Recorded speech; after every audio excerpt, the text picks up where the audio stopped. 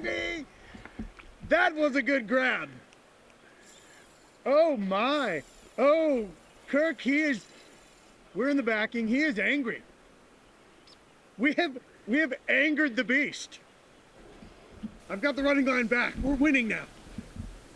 This is exciting. I mean, I tell you what, I've got a lot of steel. I see a lot of steel caught.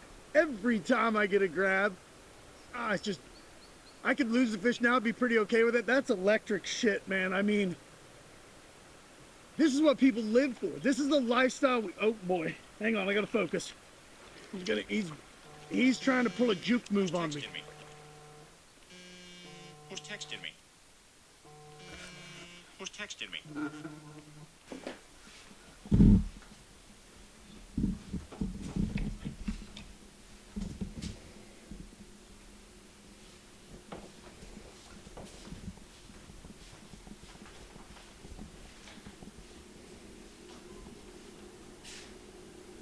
Good morning, sir. Good morning. Just practicing for my subway interview. If you grab, will I not set? And if you run, will my reel not click? If you jump, will the water not splash? And if I land you, shall you not be set forth? What the fuck am I doing? This is maddening. I gotta focus. I gotta get a fish. This is nuts.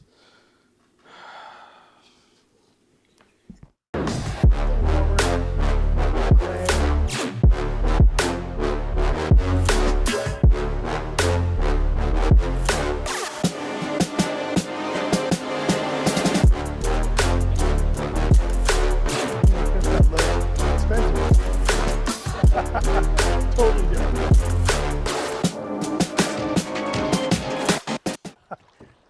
What? I'm telling you right now, if fish would evolve, if fish had social media, we'd never catch them. It just wouldn't happen.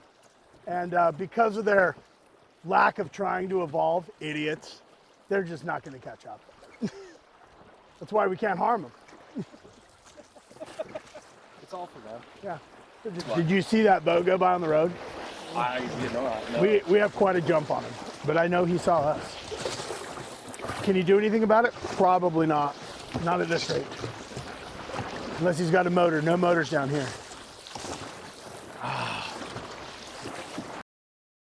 Here we go. Little black, red, and copper today. That's the flavor of choice. Not for the steelhead. For me. I really don't care what they want.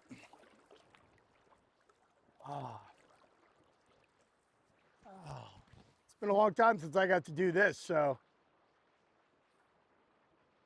Sure, everybody out there who knows a fishing guide, we don't get to fish very much. So basically I had Kirk come down so I could get 2 days of fishing in on my own. So just so everybody knows. Thanks, man. I'll call you the next time I get a hankering as well.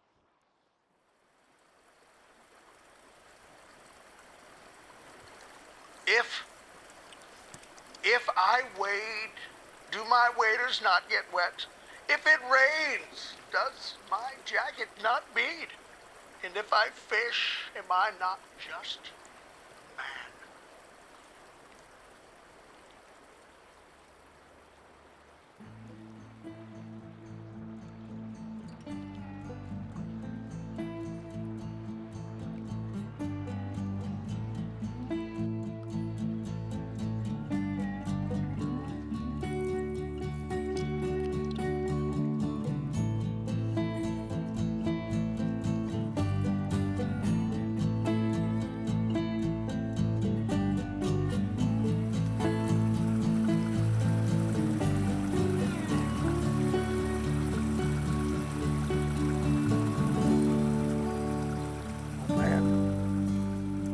Starting to swing really good. I'm not going to say that I'm in the shit, but it feels like I'm in the shit.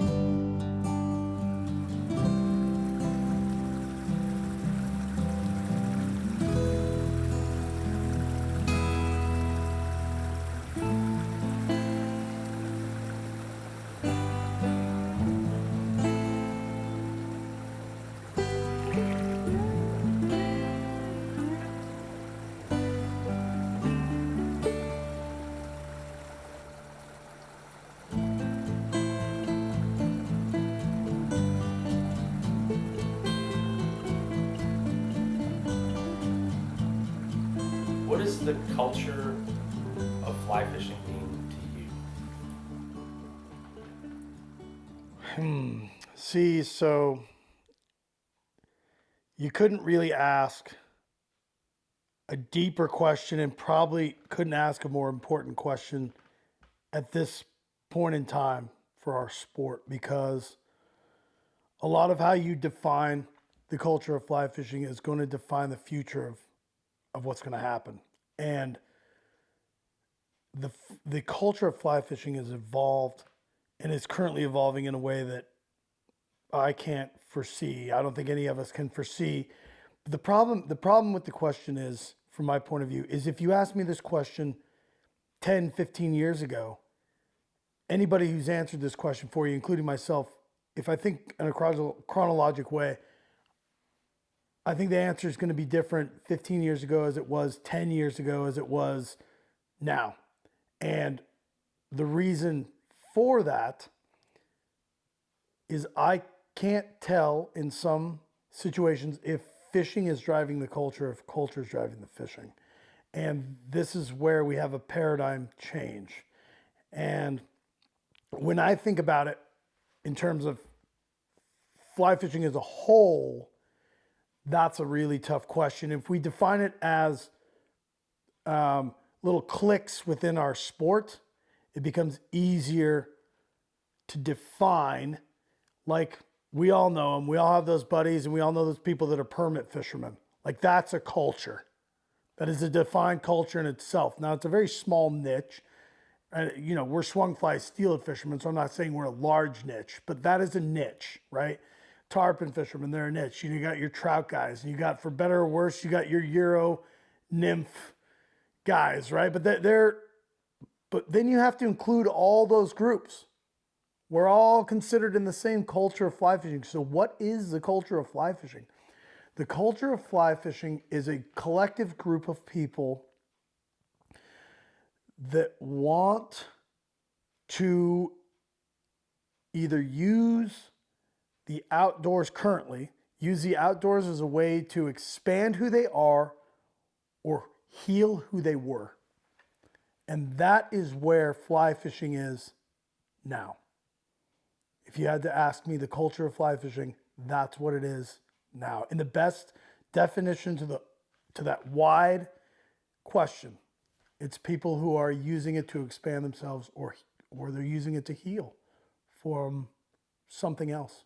Like, some people run, some people work out, some people do this and they get into things. I think a lot of people are using fishing as an outlet for their emotions and, you know, maybe whatever they've gone through. Baby!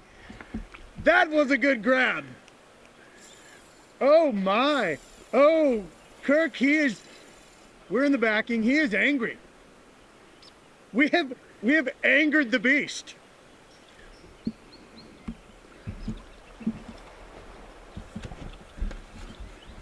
Oh, I've got the running line back. We're winning now. This is exciting. I mean, I tell you what, I've caught a lot of steel. I've seen a lot of steel caught. Every time I get a grab, it's just, I could lose the fish now, be pretty okay with it. That's electric shit, man. I mean, this is what people live for. This is the lifestyle oh boy, hang on, I gotta focus. He's trying to pull a juke move on me. All right, where's the sink tip? Perfect, unharmed. He did pop me off on that rock right there. Very nice. Brilliant. Brilliant. The two jumps down there were phenomenal. And don't worry, I got neither one of them. I saw them. I don't care about the camera. Dude, that grab was like... Just like you said. I missed it, but seconds after, but... Oh, dude, it was like one of those grabs where you're like, thought I felt a grab, and you're like, oh yeah, that's a winner. That was that, you remember that 12-pounder we were talking about this morning? Yeah. That was right in that 12-pound hen category. Well, you better make sure she was single. I don't want her coming into the run with too many of her friends, unscathed. As you guys can see, the The title of this thing is No Fish Harmed. That fish was unharmed. We met, we had a brief encounter. We have gone our separate ways. There we go. That was, oh man, in all seriousness, there's very few things in fly fishing, for me anyway, that are as exciting as hooking a steelhead on a swung fly, and then hooking a winter steelhead on a swung fly. I mean, that's just, oh, straight to the backing, straight to jail. It was amazing. I loved it. I'm gonna be honest. I thought about this last night after we were done chatting too, and it's been, I haven't caught a winter steelhead in like 4 years. 4 years. I hadn't caught a steelhead, hooked a steelhead in 2.5 anyway, on my own. Like I said, people don't understand as guides, like I don't fish. When I'm guiding you, I'm not fishing. You know, I'm helping you fish. Nobody cares how many fish I can catch. I want you to get the best out of the day, experience, fishing, knowledge, local knowledge, casting. You know, I want to make it an experience for everybody that gets in, but like, I will say, plain and simple, that shit's exciting. That gets me going. Like, I'm gonna be fired up the rest of the day. Like, whoo. You can get more fired up?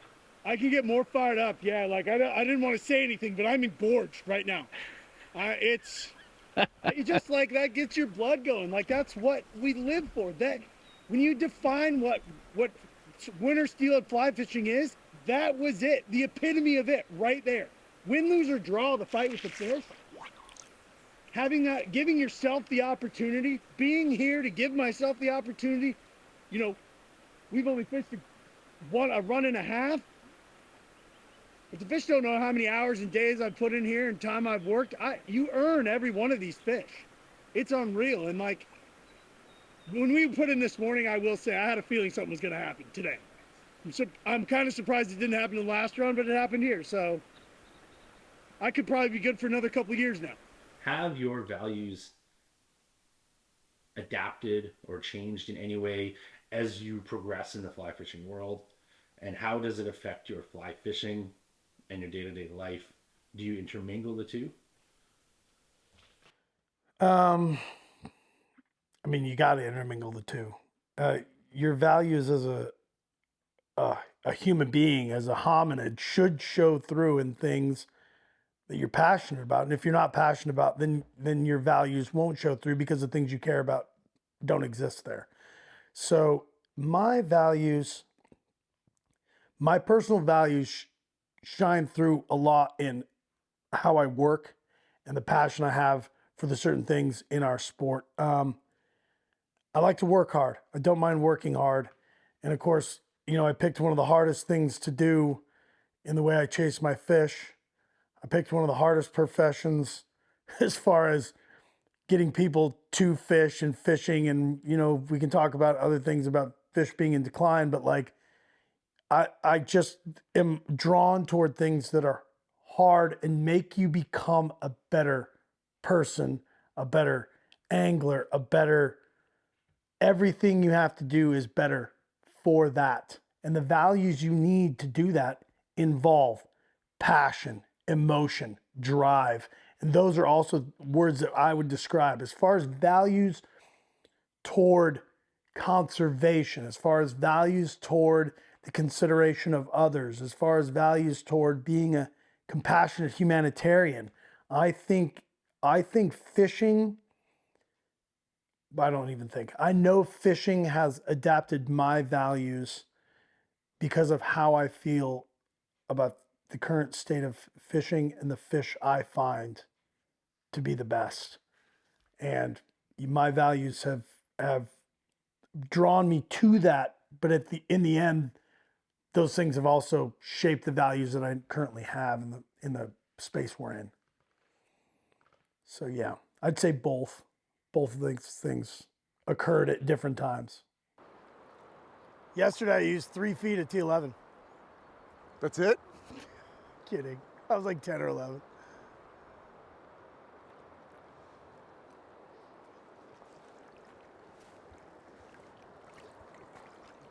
Yes.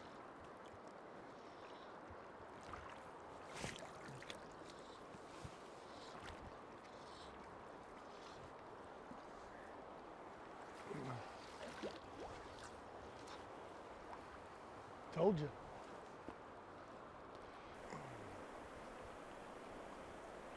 They like to hold like right in the middle, right in That's here. the spot, yeah. Oh fuck! I saw that one. You get that one on film? That one I will have, yeah. Just for the viewers to know, there's about 12,000 fish in this one run. Bob's I just want to check this fly just to make sure. Just make sure the hook's pointed the right way. Yeah, Good just idea. Make sure it's not hung up. I think you got it. Yeah. Now the trick is your first cast needs to go past the log, the fly. You got it? Yep. I'm gonna row up here. Get out your way. Leave you alone. I know. I'm You gonna don't know go how many down times river. I've been told, get out right here. Right here. Oh no, he didn't get out on the stick. Oh well. We'll go down river, just meet us. The problem where he's at, I don't think you can walk back to the bank. It's actually deeper. If you look back there, it's pretty green. Oh, here. Use this to float. That's the anchor, Kurt.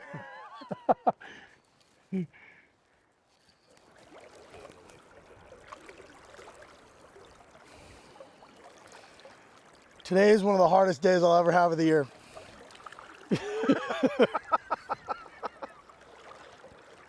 I'm gonna laugh more today than I have all season.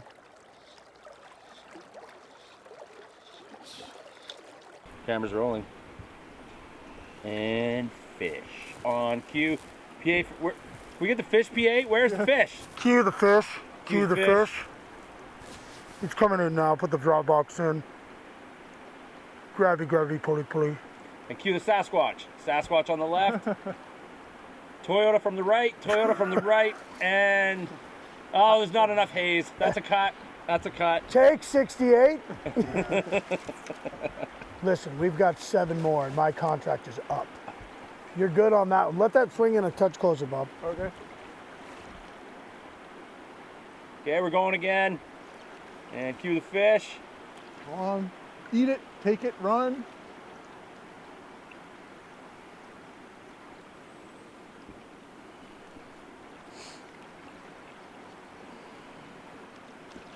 I don't know, the light's not right. Don't hook them. Cutting. That's an interesting question. It's a loaded question. This is about to piss me off. The question you asked, it's a loaded question. It's a great question. Like, people are using you for your experience for sure, as far as the geographic location of fishing in the river and the techniques and methodologies used to get those fish, like when to mend, what kind of tip to use, what kind of rock structure, where we're going to start and stop. You know, we fished some pools today. That was nice. We fished some pools today that, like, if you didn't know right where to fish, you'd either overfish, fish too much, not fish enough. So, like, that's the kind of expertise you get with a guide. Other pools, I feel like a water taxi. You know, you pull into some place and you're like, oh, anybody in the world could get here would fish this if they could, right? Do I challenge the angler? Yes. If the client is fishing well, even if I don't necessarily like his casting style, if he's fishing well and getting the fly from point A to point B and fishing it right, I typically don't say too much. Now, if it's a client I know that wants to push himself and get better, as the day goes on, like if the fishing's slow, if we're not getting necessarily, you know, the flow of the boats is heavy, I'll pull over and give a full spey lesson. If we're consistently getting good pools with shots, with, you know, opportunity to fish, yeah, we're just going to keep fishing. But yeah, it's also the client by client, because some people are going to want, some people's experience is they're going to want the adaptable spey casting knowledge. Some people are not going to care so much. Some people are going to want all of it if they can. And like, yeah, the past couple of days I've had some really good guys in the boat, guys that could fish, guys that fun, easy to have. So that's been a blessing in itself. But I'll try and read the client, read the customer as best I can to, if that answers your question. And the point of a guide trip is opportunity to fish. But as you can tell, we talk about so many other things. We're solving all of the world's problems. They're basically done. Yeah, super fun out here. Okay. So one of the things with being, like you said, a guide on a system and a guide for a species that is doesn't get any much more left up to fate. How have you? I mean, yes, obviously there's all the science and skills to it, but at the end of the day, have you been able to grow a form of patience that you've been able to then take off the water? You know, patience is a good word, and so is relativity. And relativity in the sense that when you're doing something, when I'm doing something that doesn't involve passion or these things that I've just mentioned, time is relatively slow. And when I get on the water and I get to be and the values get to come out and the fate gets to happen or however we want to go about it, or we're pushing to get that one fish a day or that opportunity, or maybe we've got one. And I'm of the nature too, if things are happening, I'm even more driven to make them happen because in our in our sport, especially winter steelhead fishing, when it's happening now, right? It might not happen tomorrow. It might not have happened yesterday. So if it's going good now, we got to make it happen now. So we got to go. But like relatively, the things I really like to do, time goes really fast. So when I'm with somebody and the things are happening, or if I'm guiding a couple guys that's happening, those days seem to blow by. I have all the patience in the world. In fact, I just got asked 2 days ago if I ever get tired of watching spay casts. No. Good ones, bad ones, weird ones, sideways ones. I watch all of them. I watch every spay cast I could set my eyes on. I don't get tired of it. At the same time, when I'm not doing those things and time is going slow, I often find myself drifting and thinking about those things: spay casting, steelhead, water levels, time management, all the things I need to get better at that other thing. I do, you might be, doing all your banking or your bills or cooking dinner. That's where my mind drifts to when I have time to drift it there. So, yeah, I do have more patience when I'm there, and I try and put myself there as often as I can.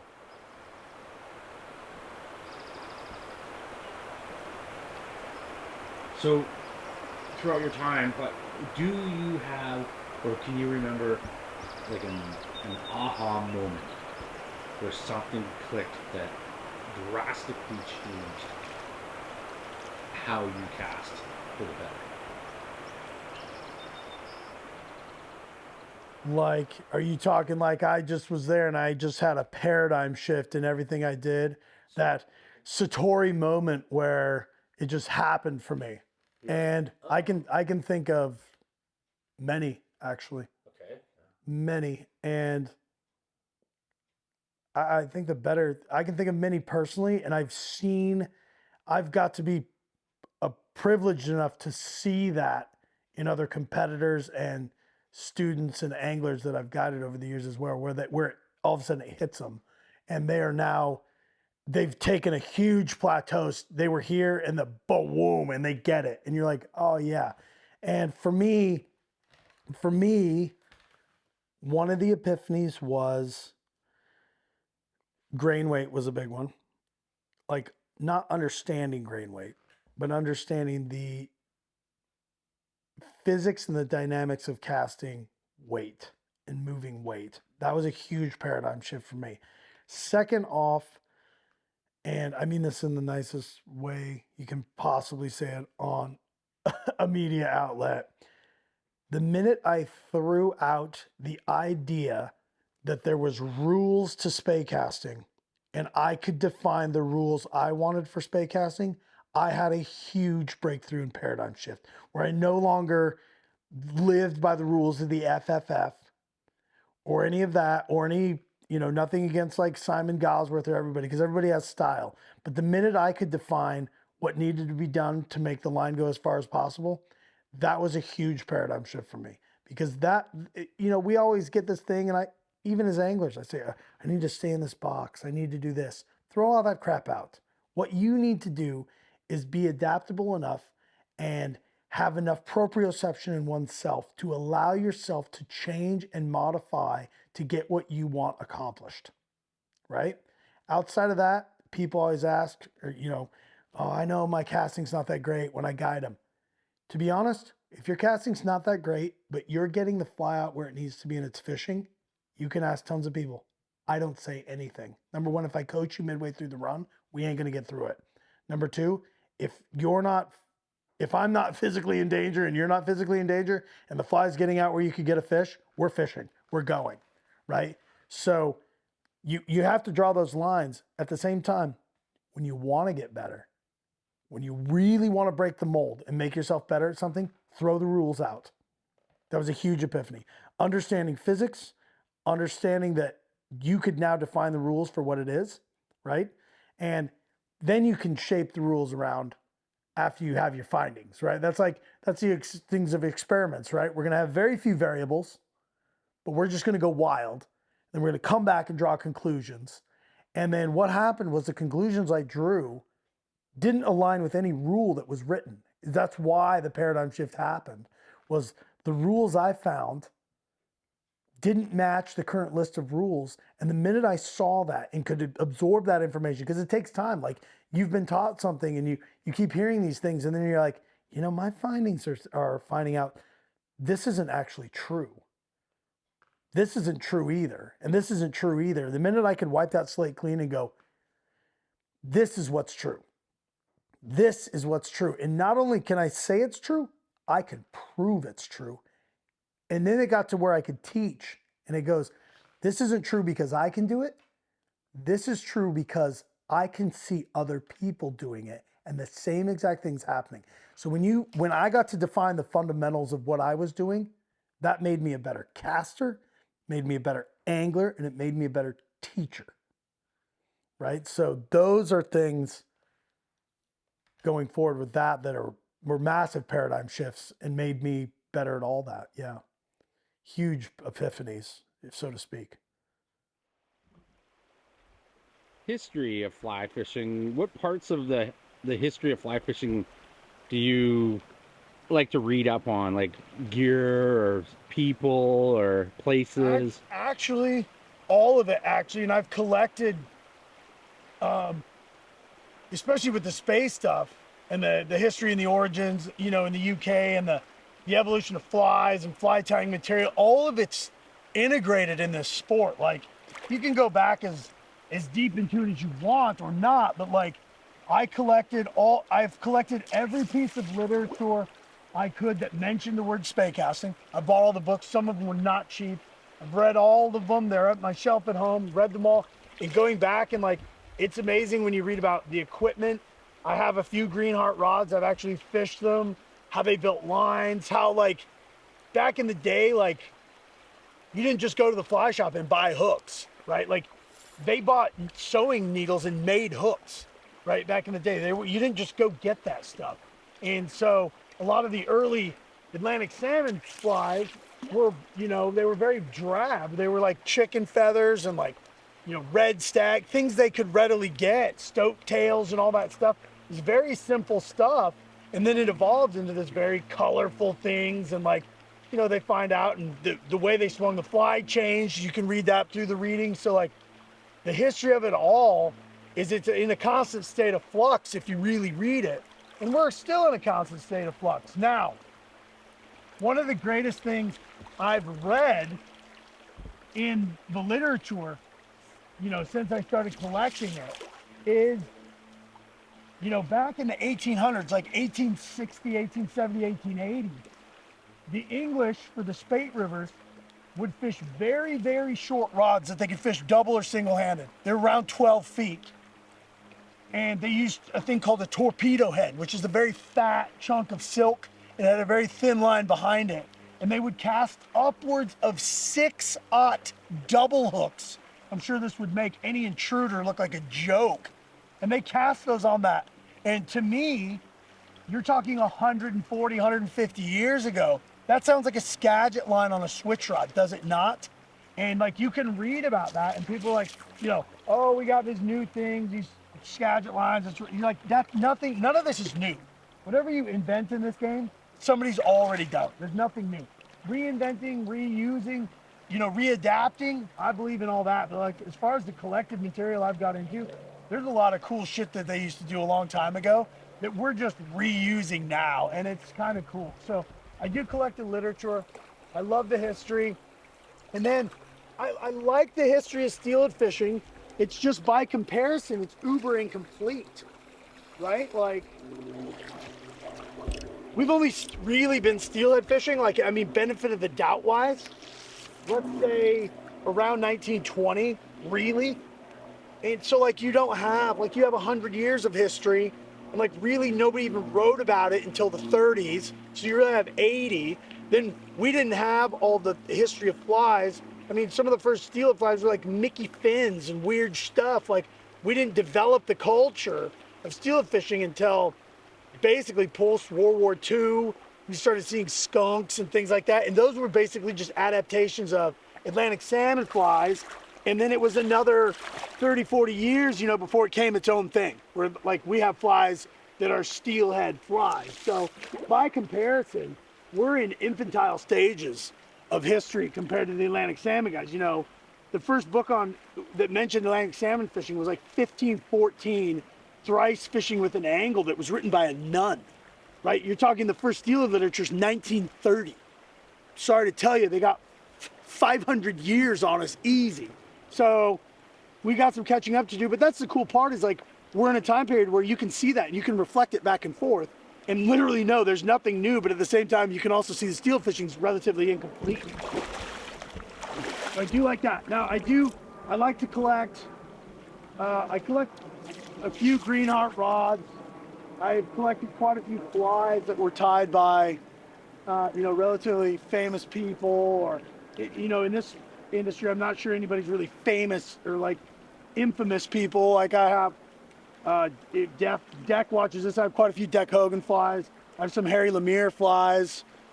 You know, things like that. I do like that. I've made a lot of fly plates. I like that. I still like to tie. I'll still tie real, like, classic Atlantic salmon style stuff. Like this fly we got on here today, this is strictly guide stuff.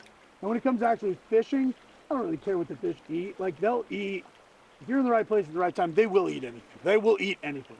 But like, yeah, sometimes I like to sit down and tie cool flies, or like historic style flies, Thunder and Lightning, James Wright, or like one of my absolute favorite patterns, and I don't see this changing, is like a blue charm. Like, you can't get more simple, basic, and elegant, in my opinion, than that. Fucking good grab there. Did you see that shit? Oh, fuck.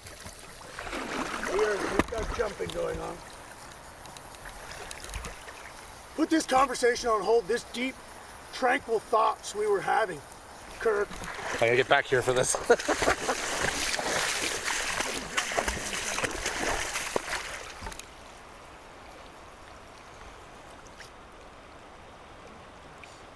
That might have been even more solid than the first one. Did you see the reel just start going? No, I was like, Oh, yes.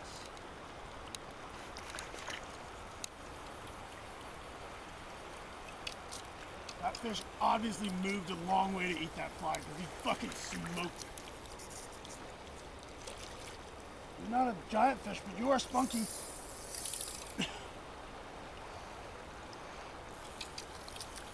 remember, no fish harmed. No fish harmed. That's what Zach Williams said. You're in my world now.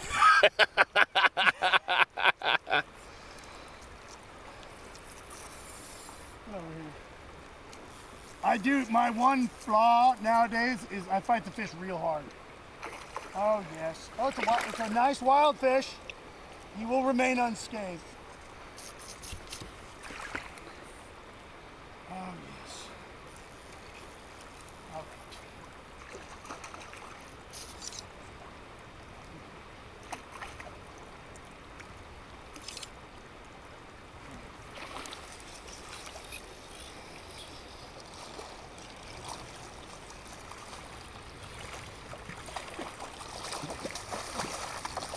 Oh my. No, you mustn't.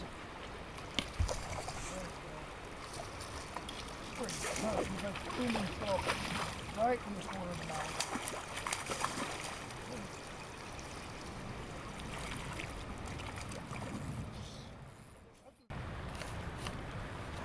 If you could define a culture around a fish, this would be a fish to do it by, for sure.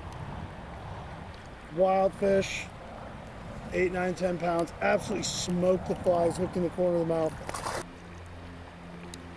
Awesome. Fish.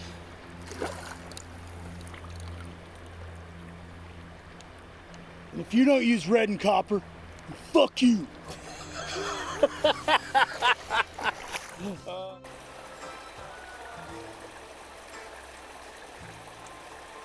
Nights You Go See is a home that's currently owned by Nicolas Cage that he paid like way too much money for because it's the most haunted house in New Orleans. And you're like, oh my God. That's like the most Nicolas Cage thing I've ever heard in my life. The other one here, did you see he had to send an apology to the country of Mongolia and he's sending back their T-Rex skull? I was like, can you get more Nick Cage than that? He spent like $75 million on it too, and he has to give it back to him. Oh, they're not making any more national treasures, bro. The truth of the matter is, like, the odds that fish eats your fly, we already know are pretty low, right? Pretty low.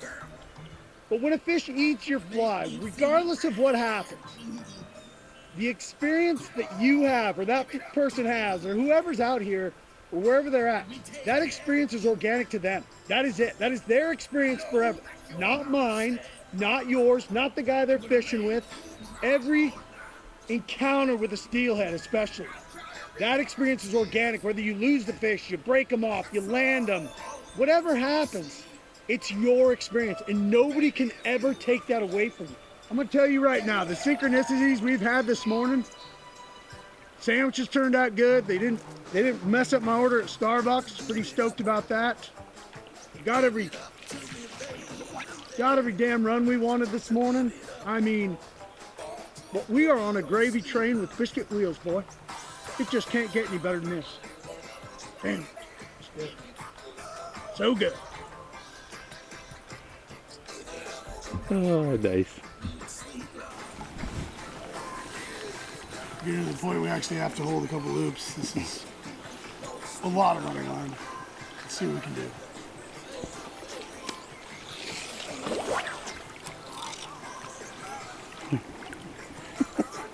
Oh, boys will be boys.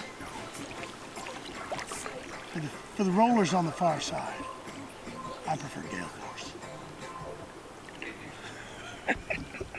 Okay, so now kind of flowing into the topic that we'd be remiss to not talk about, Spey-O-Rama.